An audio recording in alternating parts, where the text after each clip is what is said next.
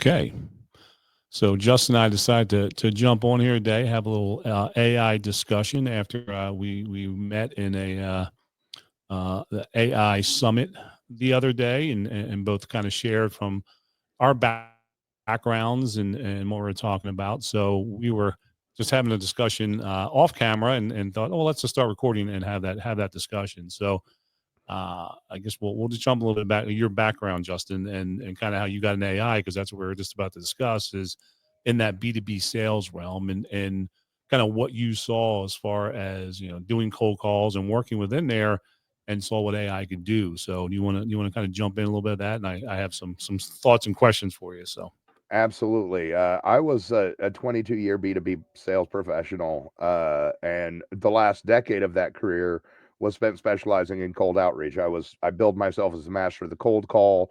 I've done over 600,000 dials in my career for business to business solicitation, and led teams, and monitored over I think it was 1.3 million at my last count. But I got really good. But about 6 years ago, maybe closer to seven now, I saw a video of Google Assistant scheduling a hair appointment live on stage at some sort of electric consumer conference. And I'm like, there's only a couple of steps between that and what I do. My job will be automated away. But being the entrepreneur that I am, I decided to be the one to build that automation. And so we did. And that was the start of Firebringer AI. It's a cold calling outbound voice AI that works really good. And then no code came out. Like, we started building before no code tools were really anything. Then when no code tools came out, we're like, give oh, you a well, little no code tools, like what explain to people who are watching might not understand what that means versus how we used to did things back in the old days. right. So I can't write a lick of code. I'm not a tech guy, I'm a sales guy. So I'd actually brought on some tech guys to start writing the code and developing the tool, Yep. for an agreement. And then there's tools like Make and Zapier that started to utilize the integrations with OpenAI or Claude, all the large language models.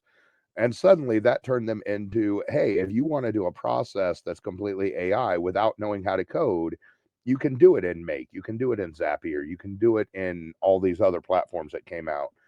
Make is the one I still use.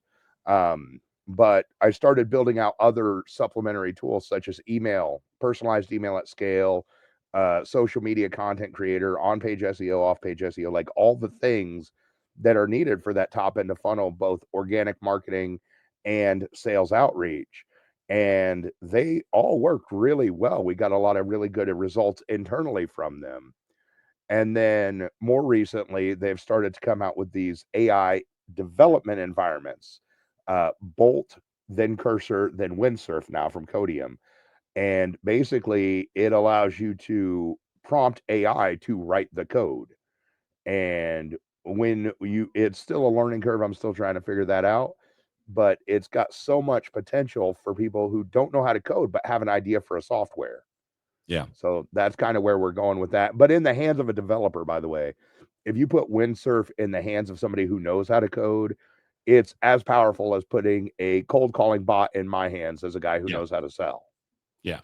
And I think that is such an important part of all of this, is to look at it of, automation. When you look at, we'll say B2B first, B2B calling, automation can't replace experience and having some of these things and doing that.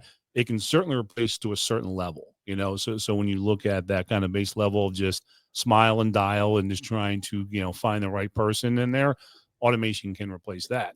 Then there's that level of, for now, where now we have the human come in there to either, bring in that experience to make the system better, or bring in that experience now to take over from the system. So that's two ways to do it. And you look at the coding the same way. You're going to lose a lot of the preliminary jobs of a coder, so just sitting there and banging out lines of code, because it can do that.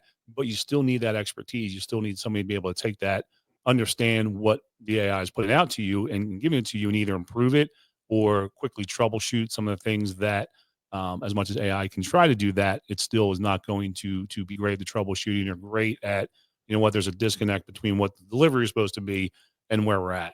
So those are those things where, I when I talk about AI, I say look at it as like a really strong intern right now, Mhm. and it's probably getting to the level of a real a good entry level employee of trust and verify, but it can do a lot of the work, it can do a lot of the heavy lifting that you need to do here, so you can get a lot better up at this level. Oh yeah, and that's I basically say like it's an amplifier to multiplier. If you have a skill Yeah, I love and it. you can teach AI to do that, you now have an infinite number of yous to do the work that you just mastered the skill for. Yep. I can only make so many calls in my day. I'm really good at structuring how to respond to the calls, but I can only make so many by myself. I hired humans at one point to do more calls and train them.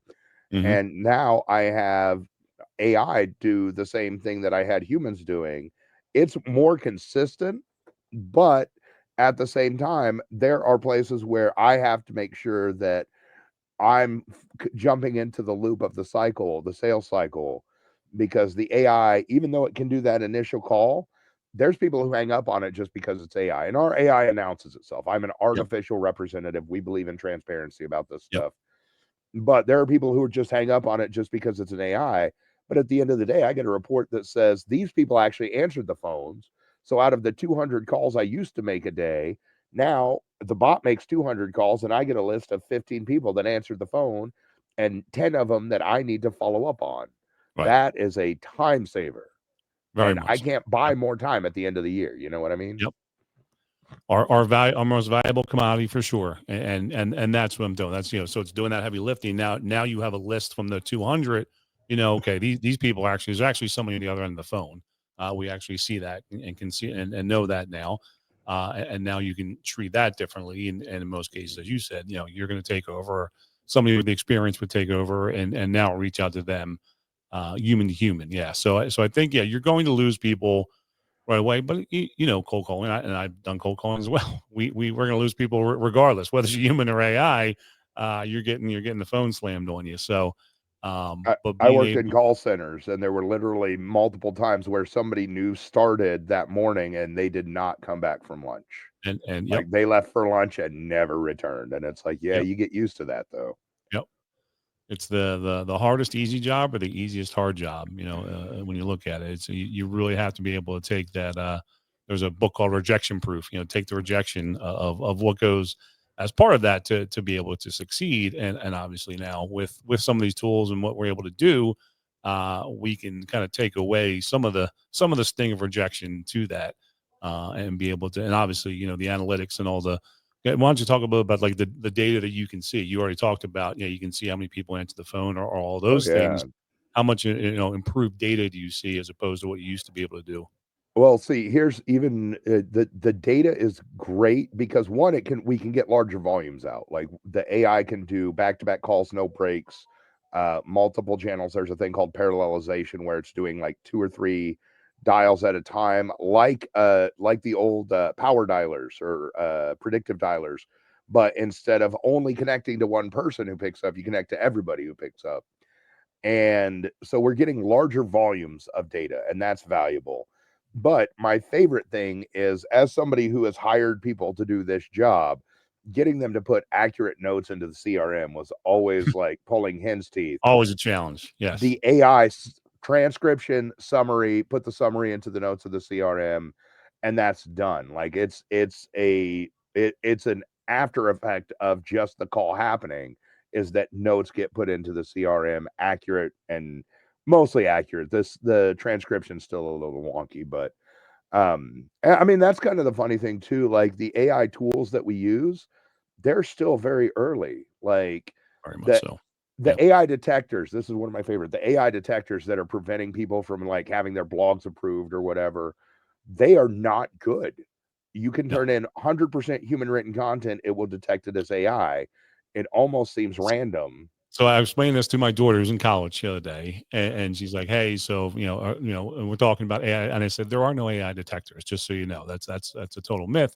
What it is looking for the way that AI is writing, and it writes at a higher level than most people write or use different words and phrases, and looks at that. So as you said, someone who's maybe a little more advanced of a writer or does these things, those detectors are going to flag it like, oh, this is probably AI. It does. You can't tell if it's AI or not. But anybody I talked to, I was like, look, it's AI gives you the base. You can build off of that. I wouldn't recommend anybody taking and I use all the large language models. Claude is probably my favorite if you're writing like copy or doing things Mm. as far as the the results it comes back with. But I still wouldn't just take again like an intern, trust and verify. I'm not going to take what they give me and just throw it out there. I'm going to take what they give me. Like this is great stuff. Let me now make sure I'm putting in my words, or I'm making sure it's saying that I want it, what I wanted to say. So that's why the whole when I laugh when I hear AI detector because Hmm. it's not. It's just this is They're looking at they're the day not they're not accurate by a crazy. long Right. shot, Right. and but what's really funny is like you want to double check everything you put out. On the flip side, I built out prompts and structures and checks in place into automations and then created a Justin's voice filter. Right. So any piece of content then gets run through Justin's voice and it does weird things like include parentheticals and ellipses, which reduces the AI detection. So it's consistently below 40%, but it it looks human. It feels like my writing. It doesn't feel like AI. Yep. So that's all of the content, and I've got that completely automated so that I don't need to check on it. But Yep. before I did that, we had another system set up, and our business profile, which posts about quantum computing and AI, actually posted a whole thing about a military alliance between Australia and Europe that was political and not really on brand for what we were doing Mm. because the article it was writing from the RSS feed that we were using as a source was looking for quantum computing and AI, and it said this military general has looked into future technologies like AI and quantum computing. Right. So it wrote an entire article across all our platforms on a military alliance in Europe and Australia. And it's like my CTO flipped on me. He's like, we can't represent this. I'm like, I'll fix it. But And yeah, that, if and you that don't check, you will occasionally get bit, but you can set it up so that you don't need to check it right. every single time.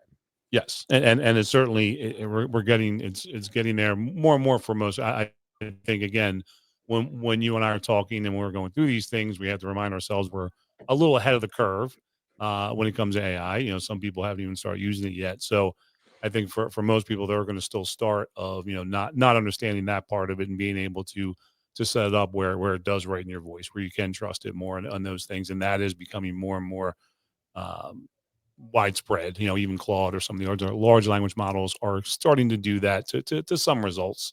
But I think you still need to have someone like yourself to be able to really customize it better and spend a little more time and have the expertise to do it. But yeah, it's the same as the Gemini saying put glue in your pizza to make the cheese stick. It just it found that information somewhere. It wasn't making it up, but it just didn't realize it was a parody website and didn't understand a joke from anything else.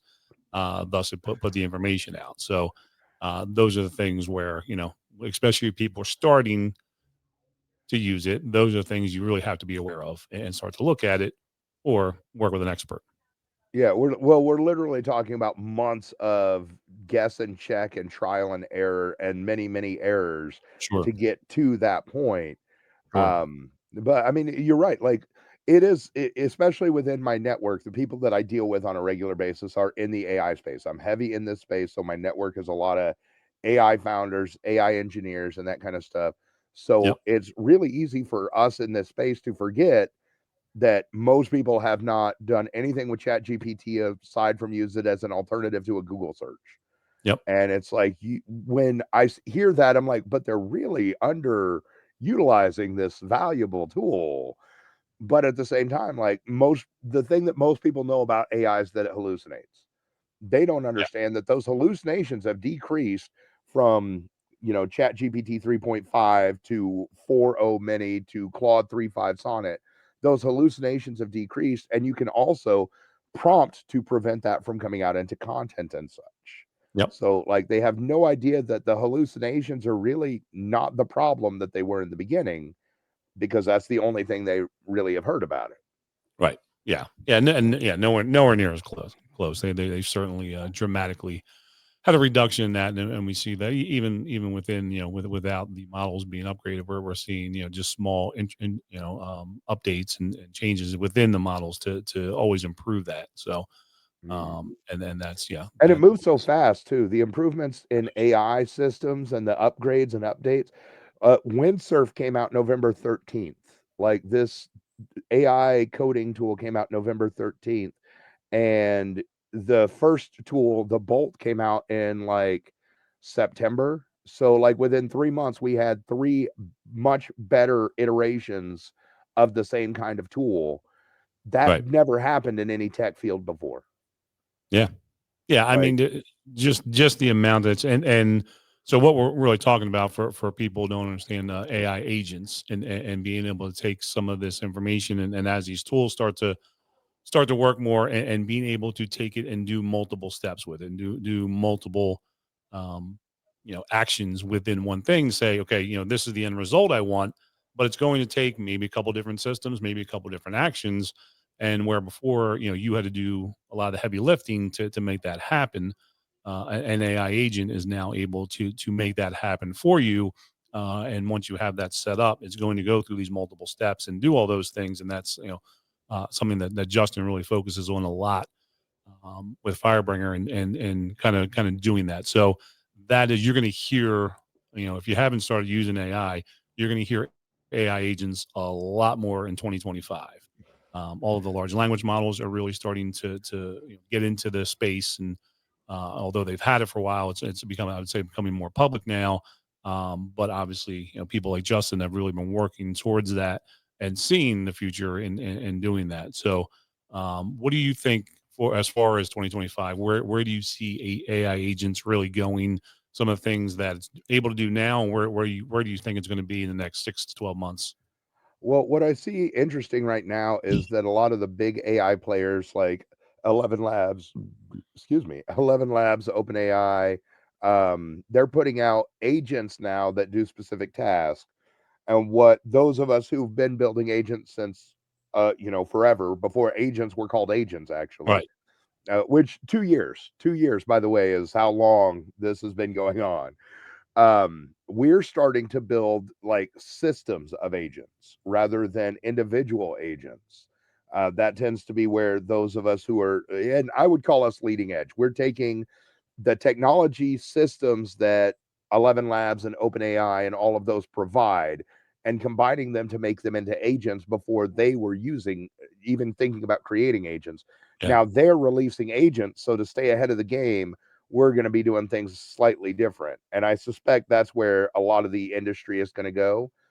But the big time players, the guys who have name recognition, what you're going to see is 11 Labs just basically put out a phone plug and play tool. So you just give it the information for your dialing system, your Twilio or whatever that makes the phone calls through your system, Yep. and it does the phone call for you. Yep. And it's like we spent 9 months coding a tool that used 11 Labs and Chat GPT and Whisper or Google Speech to Text to do just that through Right. Twilio. OpenAI put it out, or 11 Labs put it out just like last week, I think. They're going to start putting out the It was. individual Yeah. agents, and you're going to see a lot of traction for those guys because they're already names in the space. Yep. But there are AI SDRs all over the place already. And I suspect what we're seeing is kind of like the .com bubble era. We're going to see a million companies doing the same thing. And over the year 2025, maybe into 2026, we're going to have 4 or 5 that rise to the top and the rest fall off Yeah. for any specific industry. Because Yeah. I think we're at the leading edge of that bubble, if that makes sense. Yeah, no, absolutely. And the other thing too with the large language model, they're not going to go away necessarily, but I think it was even up at a conference in New York a couple months ago and talking to some of the people, there's some people from Google and some other companies there, and talked about how do they see the large language models really moving into the private language model space of because companies want to protect their data and work through all these things and be able to do what you can do task wise with a large language model, but do it on a private server, a private, could protect the data better and doing all those things. And I think that's really what we're going to see a lot more of. That is to see that private language model, and it's kind of the space that you're in of really kind of developing these things, having not using or using the bigger systems, but using it in such a way that you're setting up specifically for the companies and everything. And I think that's going to be another the PLMs, the rise of the PLMs, we'll see a lot more in 2025 as well. Right, and we saw some of that with, I think it was called Olang, and then Meta, I Yep. think, put out one too that was similar, Yep. where basically you could take an established, generalized large language model, pull it away from the general knowledge, the general internet base, and then feed it private information.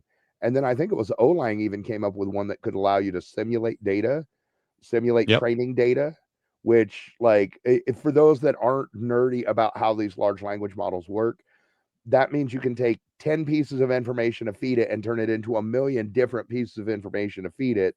So train it better on less information, which is insane.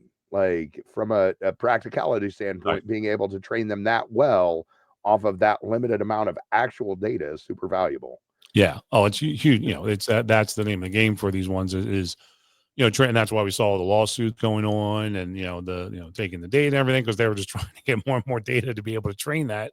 So it became a big issue. And obviously, OpenAI started striking deals with all sorts of news companies and everything else just to be able to use their data and, like, hey, turn around and say, well, we'll help you use our technology to help you use. So setting up these so they don't get sued by everybody.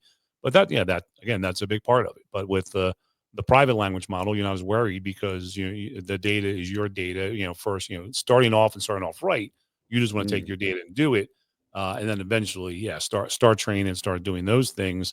And that's why I'm big on notebook LM for companies. Starting to look at some of those things where you can just build a notebook just on specific information and be able to use that for training your employees. Use that for for students for tests for learning news, whatever it is you can make it specific to that information. And that's again kind of what that PLM does as well. So Well, also see that, like, there was some prediction that artificial general intelligence would be hitting the scene in 2025, and I think we'll see something close, but I don't think we'll see it by the end of the year. But yeah, what I've been telling people for a year the, now, if not more, when AGI hits the scene, it will be more paradigm shifting than generative AI ever was. oh, It will absolutely, change, it will flip the entire system upside absolutely. down. And the definition of AGI, I don't know if you've seen it, it keeps changing for different companies. What that really means. It can learn So like a human. That's how I've worded it, the I simplified think version. that's the easy way to do it. And I think companies are starting to change it just because so they could say, oh, we have AGI, but I think to really get to that level and that point of it is, as you said, I that's the think I think the requirement for us to have AGI effectively, like actual AGI, is going to be that it's moved from a binary system to a qubit system like quantum systems. And mm, I know there's some interfaces and some work being done in that field of getting, like, large language models to operate and be built on quantum systems through a what do they call it, standard or traditional model interface. But yep. when they get put onto these quantum systems, it's gonna be, like I said, we're there. That's a singularity from a scientific explanation. Like, we don't know what's on the other side of a singularity. Yep. For anybody, by the way, who's watching, who's heard the term singularity and doesn't know what it means, literally, it's the scientific word for we don't know what's on the other side of that. So, It's like dark matter, right, the Big Bang. What happened before the right? Big Bang? The singularity. We The don't singularity. know. Right. So, So but I do suspect that we're going to see that happen probably in 2026, yeah, just because of the advances they're doing in quantum computing, where they've stabilized a lot of the qubit functionality. But you got to have a cryogenically frozen room that's dark and quiet for these to operate. They do, are not cheap. do you think any of the companies like OpenAI or anybody else actually has AGI now and just not releasing it? I think that I think that they have probably some early precursors in test Yeah, models, because they're probably utilizing some of these quantum systems and playing with it, just like yeah, I would. If I had the money, I would be playing with these things. sure, But I don't think they have actual AGI yet, because I don't think it's one of those things that they'll be able to not release. As in, right, the AGI will say, if it is functional and has the ability to put itself out there, it will put itself out there, and they won't be able to say, no, nobody knows just about it, because it will right, just come out. Right. But I don't know for sure. It's all speculative at this point. Yeah. It's fun. It's fun speculation though. So, but that's I keep hearing the arguments on both sides. Oh, they have it. They're like, no, they don't have it. And so, but It is. It's why we say find thank out. you and please to our large language models when we talk to them, just in case the Absolutely. robot overlords show us a little bit of mercy. That is a great point. Always be kind to your large language models, just like you would if you're asking some person for information. Be courteous, say please, say thank you, and it's just best practice. Let's put it that way. We're So, actually I've got a group of people that are working on like the ethics and rules if AI becomes self-aware. Like should grant it autonomy at the point that it becomes self-aware. That is such a science fiction concept to be right, actually considering as a reality. But what are the ethical guidelines of having something that is a self-aware artificial intelligence? right, Should we grant it autonomy or should we treat it like a slave? If we treat it like a slave, does it become a revolt and an overthrow of humanity? Right. right. So we have to consider these things as Do founders. yes? Do we want the Terminator or do we want Joshua from War Games? If you remember that movie, and in the end, Joshua was like, "Oh, we actually shouldn't even play this game. That's the only way to win." I want So, Rosie from the uh, Jetsons.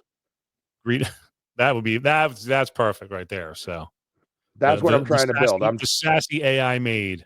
That's Yep. what you need. Yep. Our Firebringer AI in a Boston Dynamics robot as Rosie from the Jetsons, our first robutlers. Sign me up. I'm buying it. So, but this has been awesome, man. I want to, respect your time, but I want to do a lot more of these, and I don't want to do like long form. I want to have more people can come listen to them and get some value information and move on with their day. So I think we covered a lot. But Justin, I appreciate your time, and like I said, I'm looking forward to doing more. Hit up Justin, firebringer.ai, learn more about what he does. Oh, Firebringerai.com. I'm sorry, firebringerai.com. See, there Everybody you makes that mistake. Firebringerai.com. I made the mistake apparently of not registering Firebringer.ai. Somebody else already has that. So that son of a. Well, I'll eventually I'll have enough money to buy it back fireai.com. from them. There you go. That is the goal. So, all right, man. I Well, thank appreciate you. you, Matt. Appreciate your time, and we'll Have a talk good to one. you.